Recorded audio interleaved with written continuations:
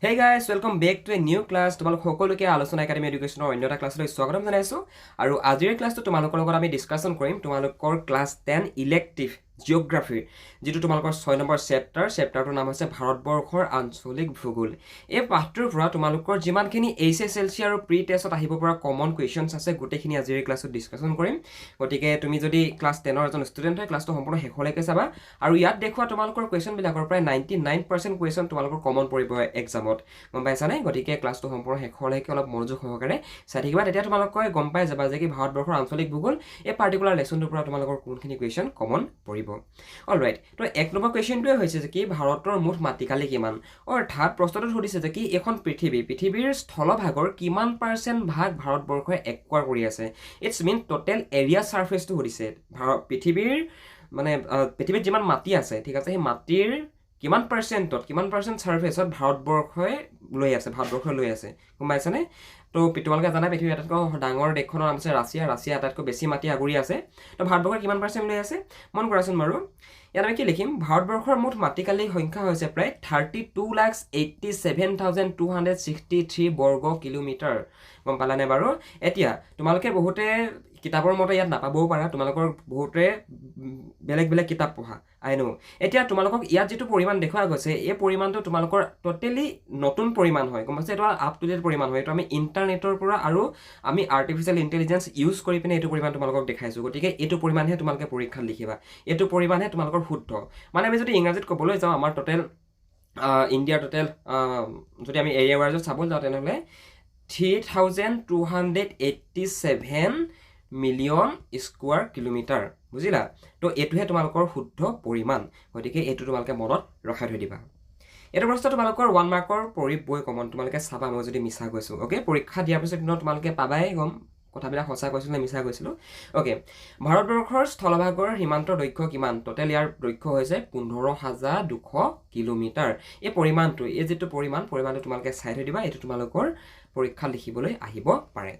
Next আহিলে Pamir মালভূমি কি বুলি বিখ্যাত। This is one of the most important question হয়। এইটো তোমালোকে এনেকৈ ষ্টাৰ মাৰ্ক কৰি ল'বা, নতুবা হাইলাইট কৰি ল'ম বুলি ক'লে পাৰিবা কাৰ্ভ পেঞ্চিলে। তো সেই পামিৰ মালভূমি কিয় বিখ্যাত জানানে? কি বুলি বিখ্যাত? পামিৰ মালভূমি পৃথিৱীৰ মুধচ বুলি বিখ্যাত। এতিয়া পৃথিৱীৰ মুধচ বুলি কিয় বিখ্যাত? কিয়নো সেই পৃথিৱীৰ যিমান ছাৰ্ফেচ আছে, যিমান স্থলমণ্ডল আছে, সেই পৃথিৱীত মানে মালভূমি যিমান আছে আৰু, গম পাইছেনে? আমি এতিয়া মালভূমিতে বসবাস কৰি আছো, ৰাইট?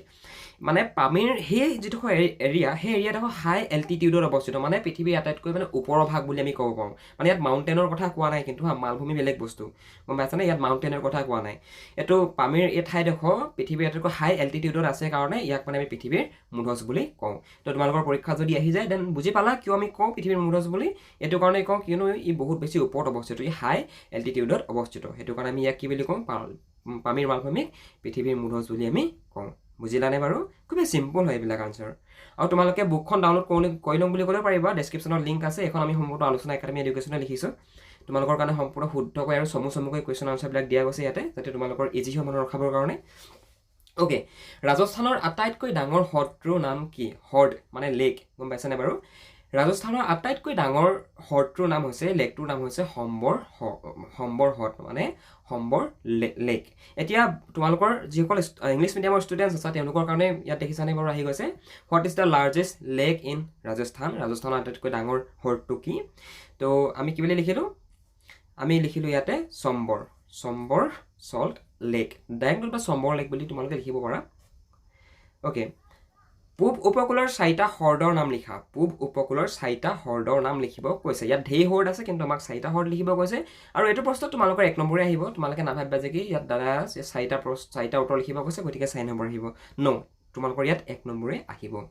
তো পূব উপকূলৰ 4টা হ্ৰদ কি কি? আমি এইখিনি সম্পূৰ্ণ ইণ্টাৰনেটৰ পৰা আনিছোঁ আনচাৰবিলাক, তোমালোকৰ কাৰণে ইজি হয় মন ৰখাবৰ কাৰণে। মন কৰা,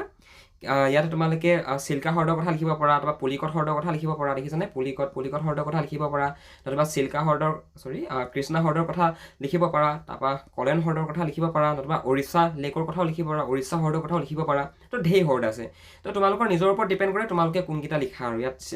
চিল্কাৰ কথা আছে, কৃষ্ণা কথা আছে, কলেনৰ কথা আছে আৰু পুলিকটৰ কথা আছে। লগতে তোমালোকে উৰিষ্যা লেকৰ কথাও লিখিব পাৰা। 4টা লিখিব কৈছে, কোনকেইটা ইজি হয় তোমালোকৰ কাৰণে নিজে চাই লিখি ল'বা। নেক্সট কুৱেশ্যনটো ডিছকাশ্যন নকৰা আগতে ভাইটি ভণ্টিসকল তোমালোকে যদি অনলাইন টিউশ্যন বিচাৰি আছা তোমালোকে যদি মেট্ৰিক পৰীক্ষাৰ কাৰণে প্ৰিপেৰেশ্যন কৰি আছা যদি তোমালোকৰ ইংৰাজী অসমীয়া সমাজ বিজ্ঞান বিজ্ঞান এই ছাবজেক্টবিলাকৰ যদি কোনোবা এটা ছাবজেক্টত তুমি দুৰ্বল হৈ আছা তেনেহ'লে তোমালোকে আমাৰ ফালৰ পৰা অনলাইন টিউশ্যন ল'ব পাৰিবা তোমালোকৰ কাৰণে আমি ক্লাছবিলাক গুগল মিট আৰু আমি আমাৰ এপ্লিকেশ্যনৰ থ্ৰুৱেদি কণ্ডাক্ট কৰাওঁ য'ত তোমালোকক আমি 24/7 লাইভ ছাপোৰ্ট প্ৰদান কৰোঁ গতিকে তুমিও যদি আমাৰ থ্ৰুৱেদি পঢ়িম ভাবিছা তেনেহ'লে এই যিটো হোৱাটছএপ নাম্বাৰ দেখিছা এই হোৱাটছএপ নাম্বাৰটোত আমালৈ ফোন কৰা নতুবা ডেছক্ৰিপশ্যনত এখন ফৰ্ম আছে ফৰ্মখন ফিল আপ কৰি তোমালোকে দি দিয়া আমাৰ টিমে তোমালোকক কণ্টেক্ট কৰি ল'ব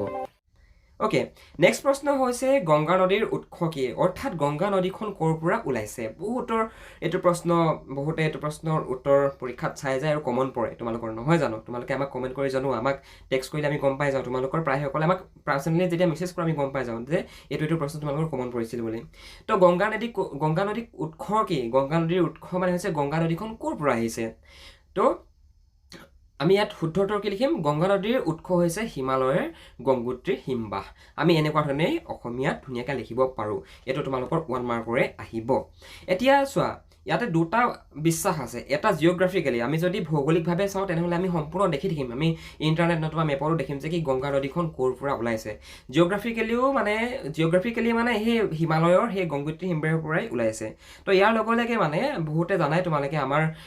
যিমান নদী আছে গংগা যমুনা সিন্ধু সৰস্বতী হয়নে নহয় বাৰু এই নদীবিলাকৰ লগত মানুহৰ এটা এটা ধাৰ্মিক বিশ্বাসো জড়িত হৈ আছে গতিকে ইয়াত এটা ধাৰ্মিক এটা মতো আছে গতিকে ধাৰ্মিক মতটো তোমালোকে ইয়াতে চাই ল'বা মানে এইখিনি আমি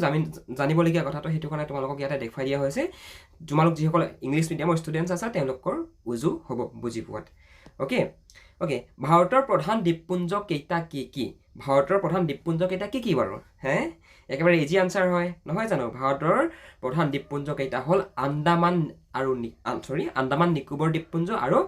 লাক্ষাদ্বীপ দ্বীপপুঞ্জ এইটো লক্ষদ্বীপ হ'ব লাগিছিল এইটো লাক্ষাদ্বীপ নহয় এইটো লক্ষদ্বীপ ঠিক আছে এইটো লক্ষদ্বীপ এইটো লক্ষদ্বীপ এইটো লাক্ষাদ্বীপ নহয় এইটো হয় লক্ষদ্বীপ বুজিলানে বাৰু কথাটো তো এটা হৈছে কি এটা হৈছে আন্দামান আৰু নিকোবৰ দ্বীপপুঞ্জ ইয়াৰ লগতে লক্ষদ্বীপ দ্বীপপুঞ্জ আন্দামান নিকোবৰ বিষয়ে তোমালোকে চাই লওঁ বুলি ক'লে ইয়াতে পাৰা ধুনীয়াকৈ তোমালোকক ইয়াতে লিখি দিয়া হৈছে আন্দামান নিকোবৰ দ্বীপপুঞ্জ আৰু লক্ষদ্বীপ দ্বীপপুঞ্জ ঠিক বুজিলানে এইকেইটা হৈছে আমাৰ প্ৰধান দ্বীপপুঞ্জ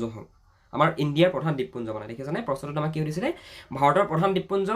কেইটা কি ভাৰতৰ প্ৰধান দ্বীপপুঞ্জ দুটা এটা আন্দামান আৰু নিকোবৰ আৰু আনটো হৈছে কি আনটো হৈছে লক্ষদ্বীপ দ্বীপপুঞ্জ বুজিলা অ'কে উত্তৰ ভাৰতৰ প্ৰধান নদী কি আমাৰ উত্তৰ ভাৰতৰ ঠিক আছে নৰ্থ ইণ্ডিয়াৰ প্ৰধান নদী কেইখন কি তোমালোকক ইয়াতে এইবুলি কোৱা নাই যে কি তোমালোকে আমুকটা অপশ্যন লিখা মানে 5খন 6খনৰ কথা লিখা নাই গতিকে তোমালোকে পৰাপক্ষত 3খন 4খন লিখি থৈ আহিব পাৰিলে ভাল 1 নম্বৰে আহিব বেছি নাহে ঠিক আছে এইটো প্ৰশ্নত 1 নম্বৰে আহিব কিন্তু তোমালোকে পৰাপক্ষত 2খন 3খন 4খন লিখি থৈ যদি বিচৰা লিখি থৈ আহিবা তেতিয়া মানে তোমালোকৰ আনচাৰটোৰ ভাল হ'ব দেখিবলৈ বুজিলা তো তোমালোকে লিখিব পাৰা গংগা আৰু ব্ৰহ্মপুত্ৰৰ কথা লিখিব পাৰা ইয়াতে যমুনাৰ কথা লিখিব পাৰা গম পাইছানে ইয়াৰ লগতে তোমালোকে সিন্ধু নদীৰ কথাও লিখিব পাৰা ইণ্ডাছ ৰিভাৰৰ কথাও লিখিব পাৰা সিন্ধু নদীৰ কথা লিখিব পাৰা গংগা কথাও লিখিব পাৰা যমুনাৰ কথাও লিখিব পাৰা আৰু ব্ৰহ্মপুত্ৰৰ কথাও লিখিব পাৰা তো এই যি সিন্ধু নদী লিখিবা গংগা নদী লিখিবা ব্ৰহ্মপুত্ৰ লিখিবা আৰু যমুনা লিখিবা বুজিলা এই 4টা অপশ্যন তোমালোকে লিখি দিবা তোমালোকৰ পৰীক্ষাত নম্বৰ আহি যাব পৃথিৱীৰ সৰ্ববৃহৎ নদী দ্বীপটো কি what is the largest river island in the world পৃথিৱীৰ আটাইতকৈ বৃহত্তৰ নদী দ্বীপটোৰ নাম কি সেইটো নাম হৈছে মাজুলী আমাৰ অসমতে আছে নহয় জানো পৃথিৱীৰ বৃহত্তৰ নদী দ্বীপটো হৈছে মাজুলী আৰু পৃথিৱীৰ আটাইতকৈ সৰু নদী দ্বীপটো হৈছে উমানন্দ যিটো নেকি আমাৰ অসমতে আছে ডাঙৰ সৰু দুটা আমাৰ অসমতে আছে গুৱাহাটী উমানন্দ মন্দিৰৰ উমানন্দ বিষয়ে নিশ্চয় শুনিছা গুৱাহাটী ফালে যে আছে তো সেইটো হৈছে ৱৰ্ল্ডৰ আটাইতকৈ smallest island river island okay অসমৰ ক'ত গৰম পানীৰ উৎস আছে এইটো তোমালোকৰ বহুত বেছি ইম্পৰ্টেণ্ট কুৱেশ্যন হয় তোমালোকৰ এইটো MCQটো আহিব পাৰে নতুবা শ্বৰ্ট কুৱেশ্যন আনচাৰ পেটাৰ্ণতো আহিব পাৰে গম পাইছানে এতিয়া অসমৰ ক'ত গৰম পানীৰ উৎস আছে বাৰু অসমৰ গোলাঘাট জিলাৰ নাম্বৰ হাবিত দেখিছানে নাম্বৰ লিখা আছে গোলাঘাট জিলাৰ নাম্বৰ হাবিত গৰম পানীৰ উৎস আছে তাৰ পৰা মানে গৰম পানী ওলাই থাকে ঠিক আছে তাৰ পৰা গৰম পানী ওলাই বিভিন্ন ধৰণৰ প্ৰাকৃতিক কাৰণত ওলাই অ'কে তো জেগাডোখৰ মনত থৈ দিয়া গোলাঘাট জিলাৰ নাম্বৰ হাবিত অ'কে অসমৰ প্ৰধান ৰোপণ শস্য কি বাৰু আমাৰ অসমৰ প্ৰধান ৰোপণ শস্য হৈছে ধান ধান নহয় চাহ হয় ঠিক আছে চাহ ধান নহয় হা আমিও প্ৰথমতে মানে হেৰি বুলিয়ে ভাবিছিলোঁ প্ৰথমতে আমি ধান বুলিয়ে ভাবিছিলোঁ কিন্তু আমাৰ অসমৰ প্ৰধান ৰোপণ কৃষি ধান নহয় অসমৰ প্ৰধান ৰোপণ খেতি হৈছে চাহ খেতি গম পাইছানে টি ইণ্ডাষ্ট্ৰি হৈছে অসমৰ প্ৰধান ৰোপণ খেতি গম পালা অ'কে আমি মানে প্ৰথমতে সেই বুলিয়ে ভাবিছিলোঁ কিন্তু আমি যেতিয়া ষ্টাডি কৰিলোঁ ইণ্টাৰনেট খুচৰিলোঁ তেতিয়া আমি পালোঁ যে কি ধান নহয় চাহে হয় বুজিলা উত্তৰ ভাৰতৰ দুবিধ প্ৰধান খাদ্য শস্যৰ নাম লিখা উত্তৰ ভাৰতৰ দুবিধ প্ৰধান খাদ্য শস্যৰ নাম হৈছে ঘেঁহু আৰু ধান লিখি দিবা ঘেঁহু আৰু ধান খুব ইজি হয় দেখিছানে বাৰু আমি মানে উত্তৰ পূবত আছোঁ আমি নৰ্থ ইষ্টত আছোঁ গম পাইছেনে আমাৰ নৰ্থ ইষ্টত স্পেচিয়েলি আমাৰ অসমত মেইনলি টি বেছিকৈ প্ৰডিউচ কৰা হয় অৰ্থাৎ চাহৰ প্ৰডাকশ্যনটো বহুত বেছি পৰিমাণত হয় ভাৰতৰ দুবিধ প্ৰধান খনিজ সম্পদৰ নাম লিখা জানাই আৰু কি বাৰু ভাৰতৰ দুবিধ খনিজ সম্পদৰ নাম হৈছে কয়লা আৰু লু আইৰণ আৰু কয়লা দেখিছানে আইৰণ আৰু কয়লা অৰ্থাৎ আইৰণ মানে হৈছে লু আৰু কয়লা মানে হৈছে কয়লা আৰু নহয় জানো তো এই দুবিধ আমাৰ ভাৰতৰ প্ৰধান খনিজ সম্পদৰ ভিতৰত পৰে ভাৰতৰ স্থান কপাহ উৎপাদনত পৃথিৱীৰ ভিতৰত কিমান নম্বৰ নতুবা পৃথিৱীৰ ভিতৰত কি এইটো তোমালোকৰ এগেইন MCQটো কমন পৰিব লগতে তোমালোকৰ ইয়াতো কমন পৰিব যিবিলাক তোমালোকৰ এনেকুৱা ধৰণৰ প্ৰশ্ন আহি যায় ন শ্বৰ্ট কুৱেশ্যনছ তোমালোকৰ ইয়াতো কমন পৰাৰ চান্স আছে তো ভাৰতৰ স্থান কপাহ উৎপাদনত পৃথিৱীৰ ভিতৰত কিমান নম্বৰ প্ৰায় দ্বিতীয় নম্বৰৰ হয় দ্বিতীয় নম্বৰ মানে কি আৰু মানে এইটো প্ৰায় নহয় 100% চিয়'ৰ তোমালোকে এইটো 100% চিয়'ৰ হৈ লিখিব পাৰিবা যদি পৰীক্ষাত আহি যায় ভাৰতৰ স্থান কপাহ উৎপাদনত পৃথিৱীৰ কেই নম্বৰত আছে কিমান পজিশ্যনত আছে ছেকেণ্ড লাৰ্জেষ্ট প্ৰডিউচাৰ হয় এই পৃথিৱীত যিমান কপাহ উৎপাদন কৰা যায় চোলা পেণ্ট বনাবৰ কাৰণে কাপোৰ কানি বনাবৰ কাৰণে তাৰ প্ৰায় মানে মেজৰিটি আমাৰ ইণ্ডিয়াৰ পৰা যায় ছেকেণ্ড লাৰ্জেষ্ট আমাৰ ইণ্ডিয়াখন আমাৰ ছেকেণ্ড লাৰ্জেষ্ট বুলি কোৱা হৈছে বুজিলা মানে প্ৰায় সংখ্যক মানে আমাৰ ইণ্ডিয়াৰ পৰাই যায় কপাহ কাপোৰ কানি বনাবৰ কাৰণে অসমে ভাৰতবৰ্ষৰ মুঠ চাহৰ কিমান শতাংশ উৎপাদন কৰে ইয়াত শতাংশ বুলি আহি যাব পাৰে হা তোমালোকৰ যদি MCQ আহে তো ইয়াত শুদ্ধ উত্তৰ হ'ব 50%। আমাৰ অসমে ভাৰতবৰ্ষত যিমান চাহ লাগে ৰাতিপুৱা যে আমি চাহ খাওঁ সেই চাহ লাগে তাৰ প্ৰায় 50% 50% চাহ ভাৰতবৰ্ষৰ প্ৰয়োজনীয় চাহৰ আমাৰ অসমে দিয়ে ভাৰতবৰ্ষত গম পাইছা মানে আমাৰ অসমে প্ৰডিউচ কৰি দিয়ে তো জাষ্ট ইমেজিন কৰা কিমান ডাঙৰ ইণ্ডাষ্ট্ৰি চাহ ইণ্ডাষ্ট্ৰিটো অ'কে অসমৰ সাৰ কাৰখানা ক'ত আছে this is one of the most important question again MCQ ভিতৰতো আহিব পাৰে তোমালোকৰ গতিকে এইটো হাইলাইট কৰি লোৱা অসমৰ সাৰ কাৰখানা ক'ত আছে বাৰু নামৰূপত আছে নহয় জানো ইয়াতে তোমালোকৰ কাৰণে ইংৰাজীটো শুনা গৈছে অসমীয়াটো শুনা গৈছে তোমালোক যদি ইংৰাজী মিডিয়ামৰ হয় তেনেহ'লে ইংৰাজী আনচাৰটো লিখিব পাৰিবা যদি তোমালোক আছামিজ মিডিয়ামৰ হয় তেনেহ'লে অসমীয়া আনচাৰটো লিখিব পাৰিবা চিম্পল হয় অ'কে তো অসমত ক'ত সাৰ কাৰখানা আছে নামৰূপত আছে গম পালা তো ভাইটি ভণ্টিসকল এইখিনি এই 15টা তোমালোকৰ পৰীক্ষাত অহাৰ চান্স আছে বহুত ইম্পৰ্টেণ্ট হয় এইকেইটা গতিকে এইকেইটা তোমালোকে বেলেগ প্ৰশ্ন নাচালেও পৰীক্ষাৰ কাৰণে এইকেইটা চোৱা মই সেইটোৱে তোমালোকক ছাজেশ্যন দিম বুজিলা এতিয়া তোমালোকৰ এইটো যিটো লেচন তোমালোকৰ ভাৰতবৰ্ষৰ আঞ্চলিক ভূগোল ইয়াৰ ভিতৰত তোমালোকৰ কেনেকুৱা ধৰণৰ লং কুৱেশ্যন তোমালোকৰ এক্সামত আহিব পৰা চান্স আছে লং কুৱেশ্যন মানে বুজি পাইছা তোমালোকে যিবিলাকত নেকি তোমালোকৰ 4 या 5 মাৰ্কছকে আহিব আৰু তোমালোকৰ কাৰণে এই ক্লাছটোত অলপ বেছি বহাই লিখা নাই তোমালোকৰ 5 নম্বৰ কাৰণে যিমানখিনি প্ৰয়োজনীয় সিমানখিনি লিখা গৈছে গতিকে ইয়াৰ পৰা এজ এ টেষ্ট চাই তোমালোকে কপি পেষ্ট কৰোঁ বুলি ক'লেও পাৰিবা নতুবা ইয়াত তোমালোকে এক্সট্ৰা এড কৰোঁ বুলি ক'লেও পাৰিবা ভাইটি ভণ্টিসকল ক্লাছটোত আগ নবঢ়াৰ আগতে তোমালোকে যদি মেট্ৰিক পৰীক্ষাৰ কাৰণে প্ৰিপেৰেশ্যন চলাই আছা আৰু যদি তোমালোকে পাৰ্চনেল গাইডেন্স বিচৰা অসমীয়া ছাবজেক্টটোত হওক লাগে বেলেগ ছাবজেক্টত হওক লাগে তেনেহ'লে তোমালোকে আমাৰ ফালৰ পৰা যদি ইচ্ছা কৰা পঢ়িবলৈ পাৰিবা তোমালোকে আমাৰ লগত যদি জইন হৈ লোৱা আমি তোমালোকৰ মেট্ৰিক পৰীক্ষাত কোনখিনি প্ৰশ্ন আহিব কোনখিনি কমন পৰিব তাৰ কুৱেশ্যন আনচাৰবিলাক কেনেকৈ লিখিব লাগিব আমি সকলোখিনি কথা আমি গাইড কৰি দিম ইয়াৰ কাৰণে তোমালোকে এই নাম্বাৰটোত ফোন এটা কৰা নতুবা ডেছক্ৰিপশ্যনত এখন ফৰ্ম আছে ফৰ্মখন ফিল আপ কৰি দিয়া আমি তোমালোকক নিজে যোগাযোগ কৰি ল'ম ভাইটি ভণ্টিসকল 1 নম্বৰ কুৱেশ্যনটো মন কৰা 1 নম্বৰ কুৱেশ্যনটো হৈছে ভাৰতবৰ্ষৰ ভূখণ্ডৰ এটি চমু পৰিচয় দিয়া তো এই প্ৰশ্নৰ উত্তৰটো কৰিবলৈ যাওঁতে আমি ভূখণ্ড অৰ্থাৎ ভৌগোলিক খণ্ডটো আমি মনত ৰাখিব লাগিব গম পাইছানে প্ৰশ্নটো আমাক কি বুলি সুধিছিলে ভাৰতবৰ্ষৰ ভৌগোলিক খণ্ডৰ বিষয়ে আমাক লিখিব কৈছে এটা আমাক চমু পৰিচয় দিব কৈছে ইয়াত না ৰিলিজনৰ কথা ক'ব কৈছে না সাংস্কৃতিক দিশটোৰ কথা সুধিছে ইয়াত কিহৰ বিষয়ে সুধিছে ইয়াত সুধিছে আমাক ভৌগোলিক খণ্ডৰ বিষয়ে ভূখণ্ডৰ বিষয়ে সুধিছে জিঅ'গ্ৰাফিকেল ষ্ট্ৰাকচাৰটোৰ বিষয়ে আমাক সুধিছে বুজিলা আৰু এইটো প্ৰশ্ন তোমালোকৰ এক্সামত আহিলে 4 या 5 মাৰ্কছকে আহিব এইটো সদায় মনত ৰখাই থৈ দিবা আৰু তোমালোকৰ 4 या 5 আহক তোমালোকে ইয়াত যিখিনি দেখিছা এইখিনি তোমালোকে কপি পেষ্ট কৰিলেও হ'ব তো ইয়াৰ আনচাৰটো তোমালোকৰ সুবিধাৰ কাৰণে আমি দুটা ফৰ্মেটত আনিছোঁ তোমালোকে 1 নম্বৰ ইয়াত তোমালোকৰ সন্মুখত যিখিনি ডিসপ্লে হৈ আছে এইখিনি লিখো বুলি ক'লে পাৰিবা কিন্তু আমি তোমালোকক প্ৰেফাৰ কৰিম তোমালোকে এই আনচাৰটো লিখা এই আনচাৰটো তোমালোকৰ কাৰণে বেছি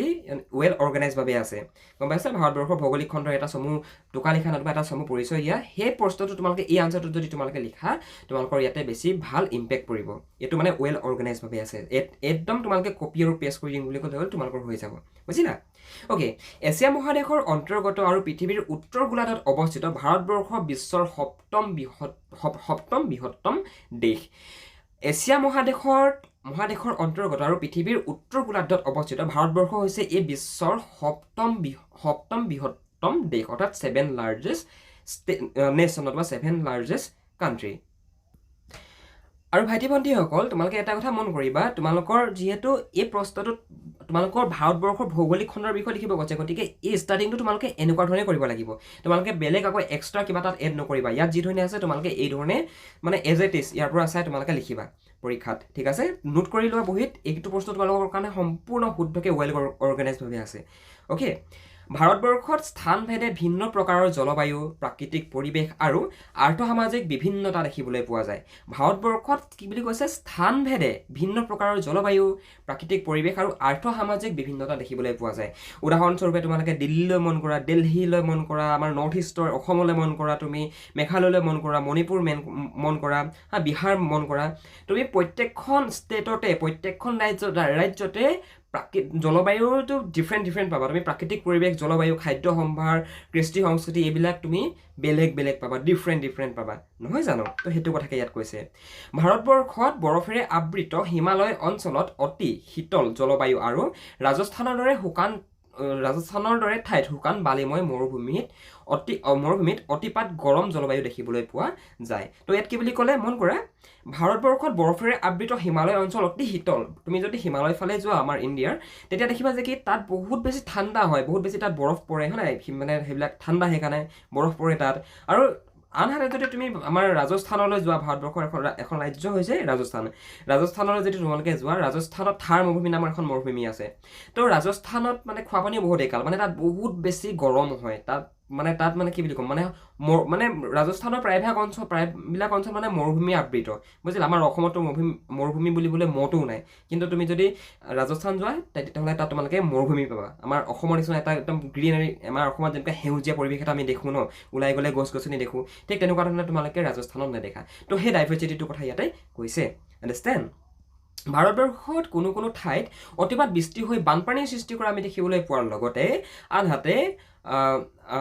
অনাবৃষ্টিৰ ফলত খৰাং পৰিস্থিতিও আমি দেখিবলৈ পাওঁ তো ভাৰতবৰ্ষত কোনো অঞ্চলত অতিপাত বৰষুণৰ ফলত বানপানীৰ সৃষ্টি হৈ যায় উদাহৰণস্বৰূপে আমি অসম আৰু আমি বিহাৰৰ কথাকে ল'ব পাৰোঁ হয় নে নহয় বাৰু অসমত বাৰিষা কালত কেনেকুৱা হয় বানপানীৰ নিচিনা পৰিস্থিতিৰ সৃষ্টি হয় আৰু ইয়াৰ লগতে এনেকুৱা কিছুমান অঞ্চলো আছে যিধৰণে ৰাজস্থানৰ থাৰ মৰুভূমিৰ কথা মই তোমালোকক কৈছোঁ সেই ৰাজস্থানৰ থাৰ মৰুভূমিত বছৰটোত বৰষুণৰ টোপাল এটাও নপৰে গতিকে সেইবিলাক ঠাই মানে খৰাং হৈ থাকে গম পাইছানে বাৰু তো কিমান মানে বায়'ডাইভাৰ্চিটি আছে দেখিছানে বাৰু আমাৰ ইণ্ডিয়াত আৰু সেইটো কাৰণে আমাৰ ইণ্ডিয়াখন অনৈক্যৰ মাজত ঐক্য বুলি মানে জ্যেষ্ঠ লোকসকলে কয় তোমালোকে কিতাপতো পাবা যে অনৈক্যৰ মাজত ঐক্য হৈ হয় নাই সেনেকুৱা ধৰণে তোমালোকৰ ক্লাছ 9 নে 10ত এটা অসমীয়াত লেচনো আছিলে নহয় জানো অ'কে কথাবিলাক নিশ্চয় বুজি পাইছা দেশখনত ডাঙৰ গছ গছনিয়ে ভৰা অৰণ্য অঞ্চলৰ লগতে কাঁইটীয়া জোপোহা অঞ্চলো আমি দেখিবলৈ পাওঁ বা দেখিবলৈ পোৱা যায় ভাৰতবৰ্ষৰ ভূখণ্ড নানা পৰ্বত পাহাৰ মালভূমি সমভূমি প্লাৱনভূমি আদি বিভিন্ন ভূ প্ৰকৃতিৰে বৈচিত্ৰ্যপূৰ্ণ কৰি তুলিছে আৰু ইয়াৰ লগতে ভাৰতবৰ্ষত প্ৰাচীন কালৰে পৰা চলি অহা সৰল সাংস্কৃতিক ভিত্তি মৌচুমী জলবায়ুৰ গঢ় দিয়া সাদৃশ্যতা পূৰ্ণ প্ৰাকৃতিক অৱস্থাই ভাৰতীয় লোকসকলক অনৈক্যৰ মাজত ঐক্য হৈ একেলগে বাস কৰা দেখিবলৈ পোৱা যায় নতুবা দেখিবলৈ পোৱা হৈছে এনেকুৱা ধৰণৰ তোমালোকে লিখিব পাৰা তো এইডোখৰত কি বুলি কোৱা গ'ল মন কৰা তো ভাৰতবৰ্ষত তোমালোকে যদি এনে মন কৰা তেনেহ'লে উচ্চ তোমালোকে পাহাৰ পৰ্বত দেখিবা সমভূমি অঞ্চল দেখিবা মালভূমি অঞ্চল দেখিবা প্লাৱনভূমি অঞ্চল দেখিবা নহয় জানো তো ইয়াৰ লগতে তুমি যদি ভাৰতবৰ্ষত মন কৰা তেনেহ'লে প্ৰাচীন কালৰে পৰা চলি অহা সৰল সাংস্কৃতিক ভেটি আমাৰ ভাৰতবৰ্ষৰ যি সাংস্কৃতিক ভেটি নতুবা আমাৰ ভাৰতবৰ্ষৰ যি সাংস্কৃতিক ঐতিহ্য সেই ঐতিহ্যটো এজ কম্পেয়াৰ টু আদাৰ নেশ্যন নতুবা কাণ্ট্ৰি আমাৰ বহুত বেছি ৰিচ হয় গম পাইছা নাই আৰু ইয়াৰ লগতে আমাৰ জলবায়ুৰ ক্ষেত্ৰত দক্ষিণ পশ্চিমী মৌচুমী বতাহ উত্তৰ পশ্চিম মৌচুমী বতাহ ইয়াৰ ফলত আমাৰ ভাৰতবৰ্ষৰ বিভিন্ন ষ্টেটৰ জলবায়ুৰ আমি সাদৃশ্য দেখিবলৈ পাওঁ যিধৰণে আমাৰ অসমৰ জলবায়ু বেলেগ ঠিক তেনেকুৱা ধৰণৰ নাগালেণ্ডৰ জলবায়ু বেলেগ বিহাৰৰ জলবায়ু বেলেগ উত্তৰ প্ৰদেশৰ জলবায়ু বেলেগ নহয় জানো কিন্তু সকলোবিলাক বস্তু বেলেগ যদিও আমি সকলো হৈছোঁ ভাৰতীয় নহয় জানো দেখিলে না বাৰু ইয়াৰ যিটো ক্লোজিং আনসাৰটো ক্লোজিংটো আমি কিমান ধুনীয়াকৈ কৰিছো আৰু এনেকুৱা ধৰণৰ যদি তোমালোকে দেখৰ মানে ইমান কি বুলি ক'ম এতিয়া ডিছক্ৰিমিনেশ্যন ভেদাভেদ থকাৰ পাছতো আমি যে একগোট হৈ বসবাস কৰি আছো এইটো আমাৰ ডাঙৰ এটা ষ্ট্ৰেংথ হয় আমাৰ ভাৰতবাসীৰ কাৰণে এটা ডাঙৰ কথা মানে গম পাইছে নাই মানে এনেকুৱা ডাইভাৰ্চিটি মানে পৃথিৱীৰ আন ক'তো দেখিবলৈ পোৱা নাযায় বায়'ডাইভাৰ্চিটি হওক লাগে কালচাৰেল ডাইভাৰ্চিটি হওক লাগে গম পাইছানে গতিকে সেইটো কাৰণে আমাৰ ভাৰতবৰ্ষ মহান বুজিলা ভূ প্ৰকৃতিৰ ভিত্তিত ভাৰতক কেইটা অঞ্চলত ভাগ কৰিব পাৰি সেইটো তোমালোকে লিখিবা যে 4টা অঞ্চলত ভাগ কৰিব পাৰি ভূ প্ৰাকৃতিক দিশকেইটাৰ যদি আমি চাবলৈ যাওঁ 1 নম্বৰতে উত্তৰ হিমালয়ৰ পাৰ্বত্য অঞ্চল 2 নম্বৰতে উত্তৰ ভাৰতৰ সমভূমি অঞ্চল 3 নম্বৰতে দক্ষিণাত্য মালভূমি অঞ্চল 4 নম্বৰতে উপকূল অঞ্চল ওকে এইকেইটা হৈছে তোমালোকৰ 1 সেকেন্ড এইকেইটা হৈছে তোমালোকৰ ভাৰতবৰ্ষৰ প্ৰধান ভূ প্ৰাকৃতিক ভাগ এইকেইটা তোমালোকে পৰীক্ষাত লিখিব লাগিব তোমালোকৰ পৰীক্ষা 2 নম্বৰে আহিব এইটো প্ৰশ্ন তোমালোকে আনসাৰটো এনেকুৱা লগে ধৰণে লিখিবা যে ভূ প্ৰাকৃতিক ভিত্তিত ভাৰতক 4টা অঞ্চলত ভাগ কৰিব পাৰি আৰু সেইকেইটা হৈছে তাৰপা তোমালোকে লিখিবা ক্ৰমে বুলি লিখি এনেকৈ ডট দিবা এনেকৈ আঁচডাল দিবা তাৰপা ক বুলি লিখি এনেকৈ লিখিবা খ বুলি লিখি এনেকৈ লিখিবা গ বুলি লিখি এনেকৈ লিখিবা আৰু ঘ বুলি লিখি এনেকৈ লিখিবা তো তেতিয়া কি হ'ব জানানে তোমালোকৰ যিজন নিৰীক্ষকে বহিখন যাব এখন ধৰা হ'ল তোমালোকৰ এই মোবাইলৰ স্ক্ৰীনখন বহি তেতিয়া দেখিব নহয় যে কি ভূ প্ৰাকৃতিৰ ভিত্তিত ভাৰতক 4টা ভাগত ভাগ কৰিব পাৰি আৰু সেইবোৰ হৈছে ক্ৰমে হেনেখনলৈকে লিখিলা নহয় তাৰপা নিৰীক্ষকজনে তোমালোকৰ বহিখন পঢ়িব তাৰপা চাব যে উত্তৰ হিমালয় পাৰ্বত্য অঞ্চল এনেকৈ ৰাইট চিহ্নডাল দিব উত্তৰ ভাৰতৰ সমভূমি অঞ্চল এনেকৈ ৰাইট চিহ্নডাল দিব তাৰপা দক্ষিণাত্য মালভূমি অঞ্চল এনেকৈ ৰাইট চিহ্নডাল দিব আৰু উপকূল অঞ্চল এনেকৈ ৰাইট চিহ্নডাল দিব আৰু এই তোমালোকৰ ৰাইট চাইডে এই ডোখৰতে তোমালোকৰ ইয়াতে 2 মাৰ্ক যদি আছে এনেকৈ 2 নম্বৰ তোমালোকৰ এনেকৈ লিখি পিনে থৈ যাব বুজিলা গতিকে এনেকুৱা ধৰণৰ ফৰ্মেট তোমালোকে ইউজ কৰিবা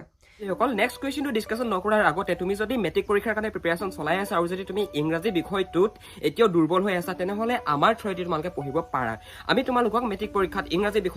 বিষয়টোত কেনেকুৱা তোমালোকৰ কুৱেশ্যন আহিব তোমালোকে কোনখিনি গ্ৰামাৰ চাই যাব লাগিব তোমালোকে কুৱেশ্যন আনচাৰ পেটাৰ্ণবিলাক কেনেকৈ লিখিব লাগিব সকলোখিনি কথা আমি আমাৰ পাৰ্চনেল অনলাইন কোচিঙত আমি শিকাওঁ গতিকে তুমি যদি মেট্ৰিকৰ এজন কেণ্ডিডেট হয় আৰু যদি তুমি ইংৰাজী বিষয়টোত এতিয়াও ক্লিয়াৰ হোৱা নাই তেনেহ'লে তোমালোকে আমাৰ থ্ৰুৱেদি যদি বিচাৰা পঢ়িব পাৰা বন্ধু বান্ধৱীসকল আমাৰ একাডেমীৰ এডমিশ্যন ফিজ হৈছে অনলি 499 rupees য'ত তোমালোকৰ গ্ৰামাৰ তোমালোকৰ টেক্সট বুক আৰু তোমালোকৰ যিখন সৰু ছাপ্লিমেণ্টাৰী ৰিডাৰ আছে গোটেইকেইখন পঢ়োৱা হয় লগতে কুৱেশ্যন আনচাৰবিলাকো বুজাই দিয়া হয় আৰু কোনবিলাক কমন পৰিব সেইবিলাকো শিকাই দিয়া হয় গতিকে তুমি যদি বিচৰা আমাৰ থ্ৰুৱেদি পঢ়িবৰ কাৰণে তেনেহ'লে ওপৰত দিয়া ফোন নম্বৰটোত ফোন কৰা নতুবা ডেছক্ৰিপশ্যনত এখন ফৰ্ম আছে ফৰ্মখন ফিল আপ কৰি দিয়া আমাৰ টিমে তোমালোকক কণ্টেক্ট কৰি ল'ব অলৰাইট গাইজ নেক্সট কুৱেশ্যনটো মন কৰা ভাৰতৰ জলবায়ুৰ বৈশিষ্ট্যসমূহ চমুকৈ আলোচনা কৰা নতুবা চমুকৈ লিখা এই প্ৰশ্নটো আমি অলৰেডি আমাৰ প্ৰিভিয়াছ ক্লাছত আমি ডিছকাশ্যন কৰি গ'লোঁ নহয় জানো গতিকে সেই ক্লাছটো তোমালোকে চাই ল'বা তাতে তোমালোকৰ এই কুৱেশ্যনটো আছে আৰু এইটো তোমালোকৰ কাৰণে ইম্পৰ্টেণ্ট হয় তোমালোকে হাইলাইট কৰি ল'ব পাৰা যদি কিতাপত আছে যদি কিতাপত তোমালোকে চাই পিনে আনচাৰটো উলিয়াই থৈছা তেনেহ'লে সেই বুলি লিখিবা যদি তোমালোকে আমাৰ সেই ক্লাছটো চোৱা নাই তেনেহ'লে প্ৰিভিয়াছ ক্লাছত যাবা সেই ক্লাছটো তোমালোকে চাই ল'বা তোমালোকৰ কাৰণে সকলোখিনি কথা তাতে এক্সপ্লেইন কৰা গৈছে বুজিলা ওকে নেক্সট তোমালোকৰ আটাইতকৈ মোষ্ট ইম্পৰ্টেণ্ট কুৱেশ্যনটো হৈছে যে কি ভাৰতৰ জনসংখ্যা বৃদ্ধিৰ সম্পৰ্কে এটা চমুটোকা লিখা আৰু এই প্ৰশ্নটো তোমালোকৰ এক্সামত অহাৰ চান্স প্ৰায় 99% আছে কেলে আছে বৰ্তমান সময়ত আমাৰ ভাৰতবৰ্ষৰ জনসংখ্যাই চীনক টক্কৰ দি আছে গম পাইছানে বাৰু পৃথিৱীৰ আটাইতকৈ লাৰ্জেষ্ট পপুলেশ্যন থকা কাণ্ট্ৰি হৈছে চীন গম পাইছা চীনৰ পাছতে ইণ্ডিয়া ভাৰত কিন্তু বৰ্তমান ইমানেই মানে আমাৰ পপুলেশ্যন বাঢ়ি গৈছে জনসংখ্যা বাঢ়ি গৈছে যে কি চীনকো আৰু 2-3 বছৰ পিছত চীনকো পিছ পেলাই দিব আমাৰ ভাৰতে বুজিলানে গতিকে আৰু জনসংখ্যা বৃদ্ধি এটা জ্বলন্ত সমস্যা যিকোনো এখন দেশৰ কাৰণে গতিকে এইটো প্ৰশ্ন আমাৰ কাৰণে ইম্পৰ্টেণ্ট হয় গম পাইছা গতিকে এই প্ৰশ্নটো তোমালোকে চাই থৈ দিব লাগিব গম পাইছা এতিয়া ইয়াত তোমালোকৰ কাৰণে দুটা ফৰ্মেট ইয়াতে অনাই গৈছে গতিকে তোমালোকৰ যিটো ফৰ্মেট ভাল লাগে সেইটো ফৰ্মেটকে তোমালোকে ইউজ কৰিব পাৰা গম পাইছানে বাৰু আমি তোমালোকক সাজেশ্যন কৰিম তোমালোকে পৰাপক্ষত 2 নম্বৰ আনসাৰটোত বেছি গুৰুত্ব আৰোপ কৰা কিয়নো এই আনসাৰটো তোমালোকৰ কাৰণে ইয়াতে ৱেল অৰ্গানাইজভাৱে তোমালোকৰ ইয়াতে অনা গৈছে তোমালোকৰ বাবে গম পাইছা তো আনসাৰ তোমালোকে লিখিব পাৰা যে কি বিগত শতিকাত ভাৰতৰ জনসংখ্যা যথেষ্ট বৃদ্ধি হৈছে নতুবা আনুষংগিকভাৱে বৃদ্ধি হোৱা পৰিলক্ষিত হৈছে এনেকুৱা ধৰণে লিখিব পাৰা নতুবা ইয়াত যিবুলি লিখা আছে এইবুলি তোমালোকে লিখিব পাৰা 1901 চনত প্ৰায় 23.8 কোটি জনসংখ্যাৰ পৰা শেহতীয়া বছৰবোৰত প্ৰায় 1.3 বিলিয়নতকৈ অধিক জনসংখ্যালৈ বৃদ্ধি পাইছে আৰু ইয়াৰ যিখিনি ডাটা দেখুৱাই গৈছে তোমালোকক এই ডাটাখিনি 2021 চনৰ ডাটা গম পাইছানে 2021 চনৰ ডাটা হয় এইবিলাক আমি তোমালোকৰ কাৰণে ইণ্টাৰনেট চাই পিনে এইখিনি খুচৰি উলিয়াইছোঁ গম পাইছা 2011 চনৰ ডাটা অনুসৰি যদি তোমালোকে চোৱা তেনেহ'লে বেলেগ এটা পৰিমাণ পাবা আৰু 2021 চনৰ মতে যদি চোৱা বেলেগ এটা পৰিমাণ পাবা আৰু তোমালোকক এইটোৱে সাজেশ্যন দিম তোমালোকে 2021 চনৰ ডাটা মনত লিখিবা গম পাইছানে বাৰু আৰু যাৰ ফলত ই বিশ্বজুৰি দ্বিতীয় সৰ্বাধিক জনবহুল দেশ হিচাপে পৰিগণিত হৈছে চীনৰ পিছতে ভাৰতবৰ্ষ দ্বিতীয় জনবহুল দেশ হিচাপে পৰিগণিত হৈছে এই বৃদ্ধিত অৰিহণা যোগোৱা কাৰকসমূহৰ ভিতৰত মৃত্যুৰ হাৰ হ্ৰাস স্বাস্থ্য সেৱাত উন্নতি আৰু আয়ুস বৃদ্ধি আদি আদি এইটো কাৰক হ'ব লাগিছিলে আদি এইটো হ'ব লাগিছিলে আদি কাৰকবোৰ অন্তৰ্ভুক্ত তোমালোকে দিনবোৰ নলিখিবা এইটো কাৰকবোৰ হ'ব লাগিছিলে ডিটিপি কৰোঁতে ভুল হৈ গ'ল কাৰকবোৰ অন্তৰ্ভুক্ত তোমালোকে লিখিবা তো আমি ইয়ালৈকে কি লিখিলোঁ আমি এডোখৰলৈকে লিখিলোঁ যে কি বিগত শতিকাত ভাৰতবৰ্ষৰ জনসংখ্যা যথেষ্ট পৰিমাণে বৃদ্ধি হৈছে 1901 চনত আমাৰ ভাৰতবৰ্ষৰ টোটেল পপুলেশ্যন আছিল 23.8 ক্ৰ'ৰ মানে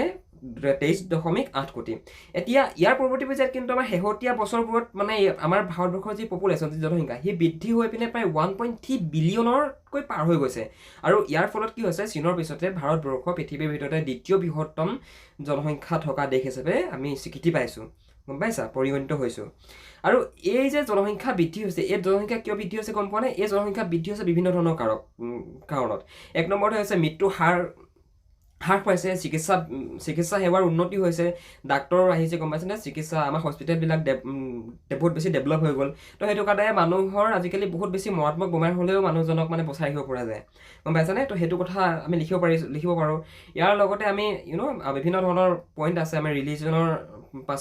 ৰিলিজিয়াছ পাৰ্চপেক্টিভৰ পৰা সেইবিলাকো আমি লিখিব পাৰোঁ জনসংখ্যা বৃদ্ধিৰ ক্ষেত্ৰত নহয় জানো কিছুমান ধৰ্মত এনেকুৱা আছে যে কি 5টা 6টা ল'ৰা ছোৱালী কৰিব লাগিব তো এনেকুৱা ধৰণৰ কিছুমান ৰিলিজিয়ন কনচেপ্ট আছে তো সেইটো কাৰণে আমি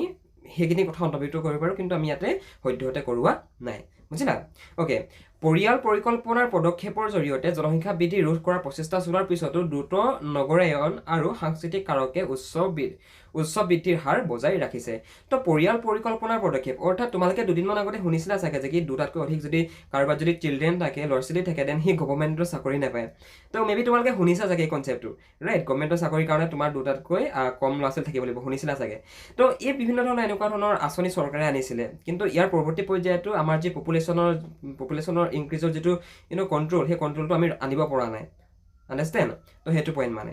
আৰু বিভিন্ন ধৰণৰ সাংস্কৃতিক বিভিন্ন ধৰণৰ ইয়াত কাৰকো আছে সাংস্কৃতিক কাৰকবিলাক আমি যদি আলোচনা কৰিবলৈ যাওঁ তেনেহ'লে বহুতে অফেন ফিল কৰিবা সেইটো কথা আমি ডিছকাশ্যন নকৰোঁ সেইখিনি কাৰণ অ'কে এই বৃদ্ধি পৰিচালনা কৰাটো এক প্ৰত্যাহ্বান হৈয়ে আছে আৰু ইয়াৰ প্ৰভাৱ সম্পদ আবণ্টন আৰু আন্তঃগাঁথনি উন্নয়ন আৰু ইয়াৰ লগতে আৰ্থসামাজিক দিশসমূহতো পৰা বৰ্তমান সময়ত পৰিলক্ষিত হৈছে এই যে জনসংখ্যা বৃদ্ধি হয় যিকোনো এখন দেশত ইয়াৰ বাবে এখন দেশৰ আন্তঃগাঁথনি তাৰ ওপৰত প্ৰভাৱ পৰে এখন দেশত যিমান ৰিচোৰ্চেছ আছে যিমান সম্পদ আছে তাৰ ওপৰতো প্ৰভাৱ পৰে আজি যদি মোৰ 10টা ল'ৰা ছোৱালী সেই কথাটো কৈছোঁ মই জাষ্ট তোমালোকক হাইপথেটিকেলি ভাবি লোৱা তেতিয়া 10টা ল'ৰা ছোৱালীৰ কাৰণে কিমান গছ গছনি কাটিব লাগিব ঘৰ বনাবৰ কাৰণে গম পাইছা নাই কিন্তু সম্পদ এটা লিমিটতহে আছে আৰু ইয়াৰ লগতে 10টা ল'ৰা ছোৱালী সকলোৱে কি চাকৰি পাব নেকি নাপাব পাৰে কোনোবাই তো নিবনুৱা সমস্যাও বৃদ্ধি হ'ব গম পাইছা তো সেইটো কথা মানে আমাৰ দেশৰ যি আন্তঃগাঁথনি সেই আন্তঃগাঁথনিৰ ওপৰতো ই প্ৰভাৱ পেলায় তোমালোকক জাষ্ট মানে বুজি পাবৰ কাৰণে অলপ ধেমালিকৈ এটা ঠাই মানে এক্সাম্পল দি দিওঁ যাতে তোমালোকে ভাল ধৰণে বুজি পোৱা আৰু অ'কে তো তোমালোকে পৰাপক্ষত এইটো আনচাৰ লিখিবা এইটো আনচাৰ তোমালোকৰ 100% একুৰেচি আছে গম পাইছানে এইটো প্ৰশ্নটো আনচাৰ তোমালোকৰ 100% একুৰেচি আছে গতিকে যিসকল ষ্টুডেণ্টে আমাৰ একাডেমিত চাই আছে ক্লাছটো তোমালোকে এইটো কুৱেশ্যন ইয়াতে স্ক্ৰীনশ্বট এটা লৈ ৰাইট ডাউন কৰি ল'বা গম পাইছা আমি তোমালোকক যেতিয়া এক্সাম ল'ম তেতিয়া তোমালোকৰ এই আনচাৰটোহে আমি তোমালোকৰ পৰা বিচাৰিম অ'কে নেক্সট ইম্পৰ্টেণ্ট কুৱেশ্যনটো হৈছে জনসংখ্যাৰ বিতৰণ ভাৰতবৰ্ষৰ সকলো ঠাইতে সমান কিয় নহয় তুমি যদি অসমত মন কৰা তুমি যদি অৰুণাচল মন কৰা নাগালেণ্ড মন কৰা প্ৰত্যেকতে জনসংখ্যাৰ পৰিমাণ বেলেগ বেলেগ অসমতো বেলেগ অৰুণাচলতো বেলেগ নাগালেণ্ডতো বেলেগ অ'কে কি বুলি কয় মুম্বাইতো বেলেগ মহাৰাষ্ট্ৰ মুম্বাই একেটাই হয় দিল্লীতো বেলেগ হ'ব হাৰিয়ানাতো বেলেগ হ'ব পাঞ্জাৱতো বেলেগ হ'ব কিন্তু এনেকুৱা কিয় হয় গম পাইছা নাই এইটো প্ৰশ্ন তোমালোকৰ কাৰণে ইম্পৰ্টেণ্ট হয় এইটো 2015 এইটো 2015ত আহি গৈছে HSLCত গতিকে এইটো তোমালোকে চাই থৈ দিবা তো এক নম্বৰ পইণ্ট আমি কি লিখিম ভাৰতবৰ্ষৰ ভৌগোলিক আন্তঃগাঁথনি তো তোমালোকক প্ৰশ্নটো সুধিছে জনসংখ্যাৰ বিতৰণ ভাৰতৰ সকলো ঠাইতে সমান কিয় নহয় তো আনচাৰ বুলি লিখি তোমালোকে এনেকৈ লিখিবা ভাৰতৰ জনসংখ্যাৰ বিতৰণ কেইবাটাও কাৰণত অসমান এনেকৈ ডেছডাল দি এনেকৈ কৰিবা এনেকৈ দশমিক দিবা তাৰপৰা এনেকৈ এডাল ডেছ দিবা ডেছ দি পিনে এক নম্বৰ বুলি লিখি এনেকৈ লিখিবা নতুবা পেৰেগ্ৰাফ ৱাইজত লিখো বুলি ক'লেও পাৰা কিন্তু 1 2 3 4 যদি কৰি যোৱা দেন তোমালোকৰ কাৰণে ভাল হ'ব ভাৰতবৰ্ষৰ ভৌগোলিক আন্তঃগাঁথনি গংগাৰ দৰে উৰ্বৰ নদীৰ সমভূমি অঞ্চলত জনসংখ্যাৰ ঘনত্ব বেছি আনহাতে থাৰ মৰুভূমিৰ দৰে শুষ্ক অঞ্চল বা হিমালয়ৰ দৰে পাহাৰীয়া অঞ্চলত জনবসতি কম দেখিছেনে বাৰু কিমান ইজিলি তোমালোকৰ কাৰণে ইয়াত আনসাৰটো দেখুওৱা গৈছে তো কিয় শুনা ভাৰতবৰ্ষৰ ভৌগোলিক আন্তঃগাঁথনি অৰ্থাৎ ভাৰতবৰ্ষ ভৌগোলিকভাৱে অৰ্থাৎ কোনোবা এডোখৰ ঠাই জলবায়ুৰ লগত কোনোবা এডোখৰ ঠাই জলবায়ু নিমিলে কোনোবা এডোখৰ ঠাইত নদী আছে কোনোবা এডোখৰ ঠাইত সাগৰ আছে কোনোবা এডোখৰ ঠাইত পাহাৰ আছে পৰ্বত আছে নহয় জানো তো সেইবিলাকে ভৌগোলিক আন্তঃগাঁথনিৰ ভিতৰুৱা বস্তু মেবি বুজি পাইছা কথাটো নিশ্চয় বুজি পাইছা তো ইয়াত কি বুলি কোৱা হৈছে মন কৰা গংগাৰ দৰে উৰ্বৰ নদীৰ সমভূমি অঞ্চলত জনসংখ্যাৰ ঘনত্ব বেছি গংগা নদীৰ যিবিলাক দাঁতি কাষৰীয়া অঞ্চল সেই অঞ্চলবিলাকত জনসংখ্যাৰ ঘনত্ব বেছি কিয় ঘনত্ব বেছি কিয়নো নদীৰ